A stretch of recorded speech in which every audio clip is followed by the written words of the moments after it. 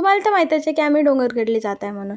आणि डोंगरगडले जाता जाता यांच्या मस्त्या काही संपत नाही. त्या पोरीची आजी तिला विचारते, बाई तू हे दाता कुठं गेला मग? तर जानू कशी बोबडी झाली आहे म्हणून इगर इगर इगर ई आ फटा दिसून राहिले. कॅमेरे लावा लागते तिथे 2.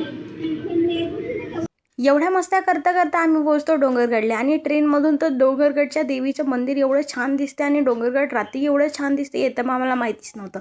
रेल्वे स्टेशनवर उतरलो, तिथे खूप सारी भीड होती बिकॉज तेव्हा नवरात्र होती ना, आणि आम्ही नवरात्रीमध्ये गेलो होतो. सगळेचे सगळे भीडनं सगळे गेले होते. त्याच्या ह्याच्यानं गर्दी तर एकदमच सांगू नाही शकत एवढी गर्दी होती. डोंगरगडला उतरल्याच्या नंतर आम्ही गेलो एका वसाहतगृहामध्ये आणि तिथे सगळ्यांनी आंघोळ वगैरे केली आणि सगळे तिथे, कारण की आम्ही सकाळी सकाळी पोहोचलो तर सगळ्यांनी आंघोळ करून सगळ्यांनी तयारी केली.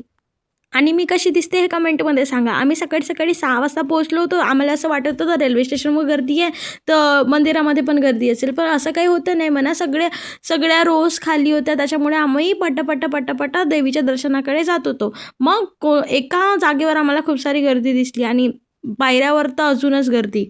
पण हे पण बरोबर आहे, अगर तुम्ही डोंगरगडला नवरात्रामध्ये याल तर गर्दी तर भेटणारच.